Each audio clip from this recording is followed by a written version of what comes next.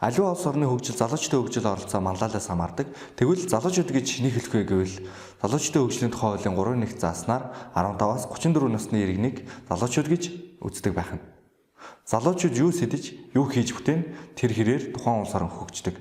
Тиймээс залуучууд сайн зүйл хийх тусам тухайн нийгэм соён гэгэрч хөгжилд хөтлөгддөг байх нэ. Манай улсын иргэдийн 34.9%-ийг 15-аас 34 насны залуучууд эзэлдэг гэсэн судалгаа байгаа юм. Эндээс харахад хөдөлмөрийн насны иргэдийн 3.1-ээс илүү хувийг залуучууд эзэлдэг байх нэ. Тиймээс залуучдын хөгжил оролцоо нэмэгдүүлснээр улсын хөгжил, нийгмийн хөгжил, хувийн хөгжилгээд бүх талаараа хөгжих боломжтой болж байгаа юм аа. Залуучууд та бүхэн өөрөө юу хөгжүүлж өөрөөрөө манлайлъя.